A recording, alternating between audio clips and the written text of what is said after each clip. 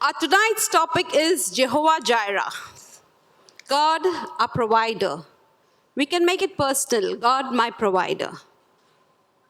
Out of the many blessings and promises in the Bible, I chose to pick one promise, that is God's promise of provision.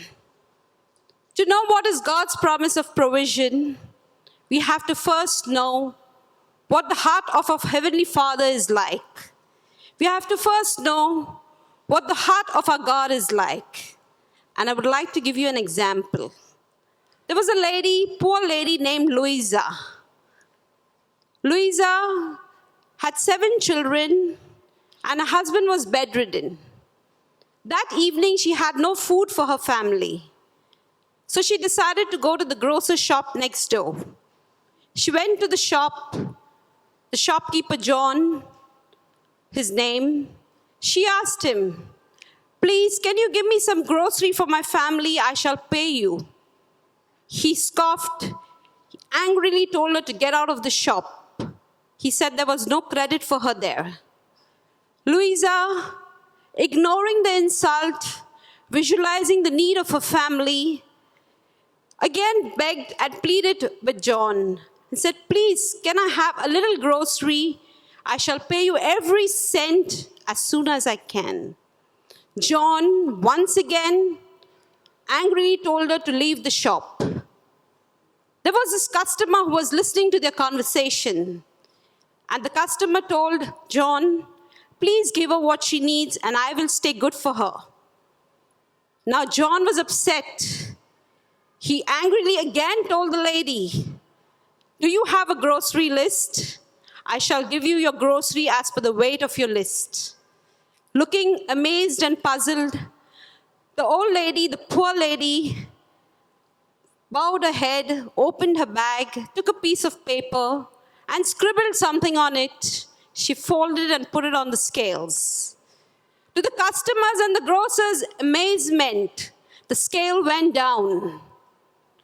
The grocer kept putting stuff on the scale, it still wouldn't go up. He kept putting and putting until the scales couldn't hold. Finally, he angrily picked the paper to see what was in it. And when he opened and read, it was only written, "God, you are my Jehovah Jireh.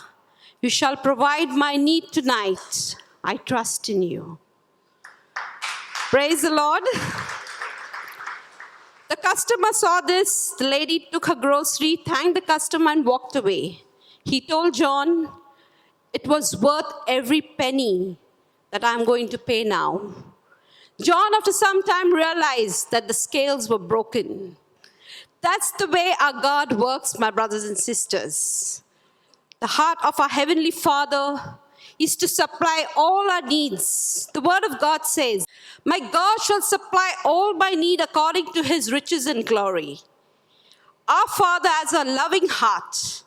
He does not want to see you and me without our need. He has already provided all our needs. That's His promise. He said, "Heaven and earth shall pass away, but my word shall not." And that's His promise, to provide us our every need. The borrower is a servant to the lender, and the rich rules over the poor. My brothers and sisters, it is so sad to know that many of our Christians, the children of God, suffering and lacking in finance. Banks are chasing them. Financial institutes are chasing them.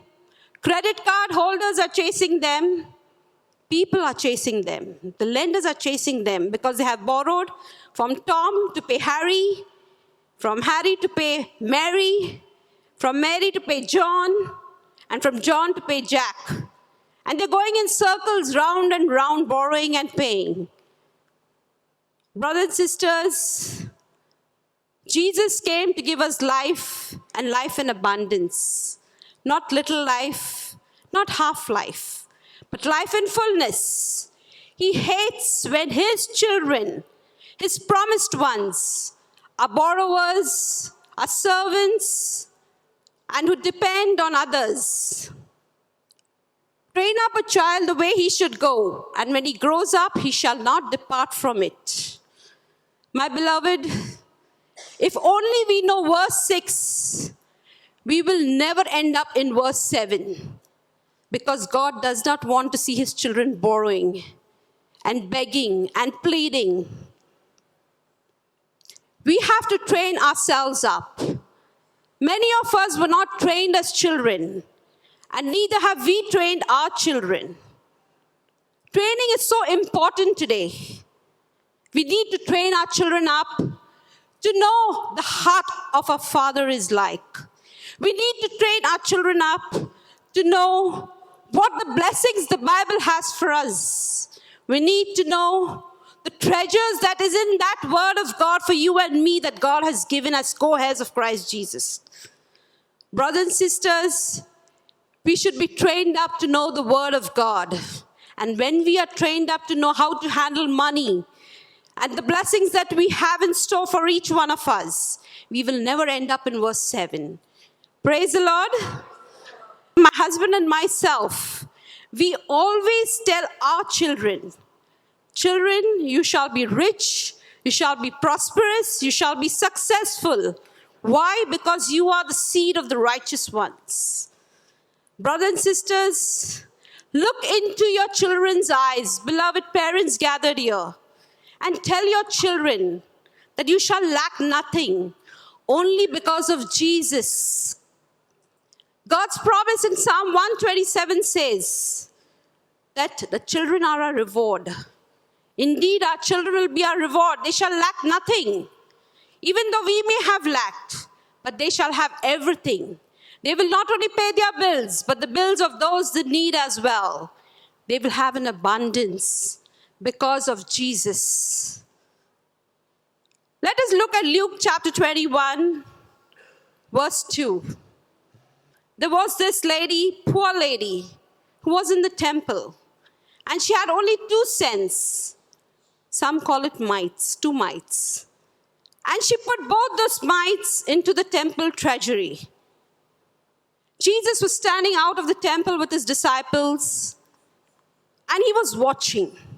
And he told the disciples, this lady have given all that she had. She had only 2 mites, and she has given it all to the treasury. She didn't care about tomorrow. She didn't care about tonight. She gave it all to the kingdom of God. On the other hand, we have in Acts chapter 5, a couple named Ananias and Sapphira. They lied to the Holy Spirit, and they tried to hold with all their might what they have to give. Here we have on one side this widow who gives with all her might. And the other side we have this couple who holds with all their might. Tonight is a question to you and me. Are we like the widow or are we like the couple? I would like to take you into 3 levels of God's provision. The first level, how does God provide? Brothers and sisters, for those who may be struggling and suffering financially, you definitely want to know why God provides. I too suffered a lot.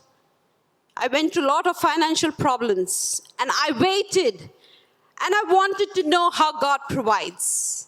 And he came through for me. He shall come through for each one of you as well. I would like to share some of my testimonies with you tonight. For my 3rd son, for my 3rd child, when I was 36 weeks, there came out a rule by the UAE government that maternity has to be paid for. Normal delivery, 3,000, cesarean, 5+. Lois and myself were doing just normal salaries we were earning, living for the month. We had no savings. I got panicky. I was wondering, what would I do? What if I have to go next week for my confinement and I have no money at all to pay as deposit? I went to my finance manager and I told him my problem. I told him if the company could help pay my maternity bill, I would be grateful. He turned around and said, sorry, Judith, that's not the company policy. And those days we had no medical insurance card for maternity covered. In fact, I had no medical insurance card at all. He said, I'm sorry, I cannot help you. I had tears in my eyes. I didn't show it to him, but I walked out telling him, God is my provider. 3 days, brothers and sisters, 3 nights, I only claimed the word of God, even in my sleep, in my spirit. After the 3rd day, the same manager calls me to his office. Now, I was wondering why. He told me, relax, sit down. I want to have a word with you. He said, you came with me with a problem. I spoke to the general manager, and the general manager, as a special case only for you, will pay for your entire maternity. And not only that, if you have any previous bills, bring it and we shall reimburse it. Praise the Lord. Our God deserves a mighty hand. This is the heart of a father. This is the way he loves us. Another testimony. I was new into Christianity. I had accepted Jesus as the Lord and Savior of my life when I came into this country. I was a baby Christian, clinging to God, trying to trust Him as much as I can. And it was time for my rent payment. I was short of dirhams 5,000. Next day, the check was due. I waited upon the Lord, knowing that I don't have anything. Tomorrow is my date to pay. Worried what the bank would do to me, what the Rocky real estate would do to me. We kept praying, Lois and myself. At 10:30 in the night, I heard a knock, the doorbell ring. We opened the door. And we were wondering what on earth this couple was coming to our home at 10:30 in the night. Next day was a day of school and work. She said, the wife said, we were passing by, we thought of you, and we said we'll say hello to you. And I was wondering at 10:30 in the night to say a hello. And these were the couple who I stayed with when I came into this country as tenants for 3 months only. They sat with me, they spoke to me, and they realized that I was a little down. So the lady insisted that I have some problem I should share with them. I said, nothing. She still insisted. She said, you're a happy-go-lucky person, always bubbling with joy. How come you're so sad and look low today? I said, nothing. And she coaxed me. And finally, I told her my problem. They didn't say anything, just left, saying goodbye. We went to bed. Next morning, even before we could wake up, the doorbell rings again. The husband comes with an envelope with 5,000 dirhams, saying, pay your rent and pay me whenever you can. Praise the Lord. He deserves a mighty hand. Brothers and sisters, this is the heart of a father. When you trust Him, He will provide your every need. Not only that, 2 years ago, we were going down for a vacation to see my old mother-in-law, who's 85, sick. And she wanted to see her son desperately. She said, I don't know whether I will live further, but I want to see you and the grandchildren. Somehow we managed to go down for our holiday, but we had no extra finances. Lois and myself decided we shall stay quietly at home, no going shopping, no going spending anything. We'll just enjoy our time with our old mother. 3 days passed. Lois received a call from his friend. And I didn't know Lois was praying to God, God, help me have a wonderful holiday with my old mother and my children. He got a call from a friend who came only for 2 days from another state in India. And he got to know Lois was down. He told Lois, can I see you? Lois was very happy to meet him, but he was also worried that he had no money in his pocket. What if his friend decides to go for a lunch or something? He asked me if I had some change with me. Whatever I had, I gave him. He went. Now his friend took him to the biggest mall in Bombay and to a big Chinese restaurant. Lewis's heart started getting jittery. He began panicking, wondering now, if I go to this restaurant and have lunch with my friend, definitely I have to pay for it because I'm a Gulfie.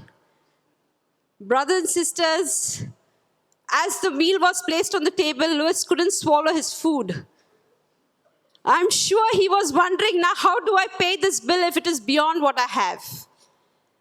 But when the bill came, God is good. It went to his friend.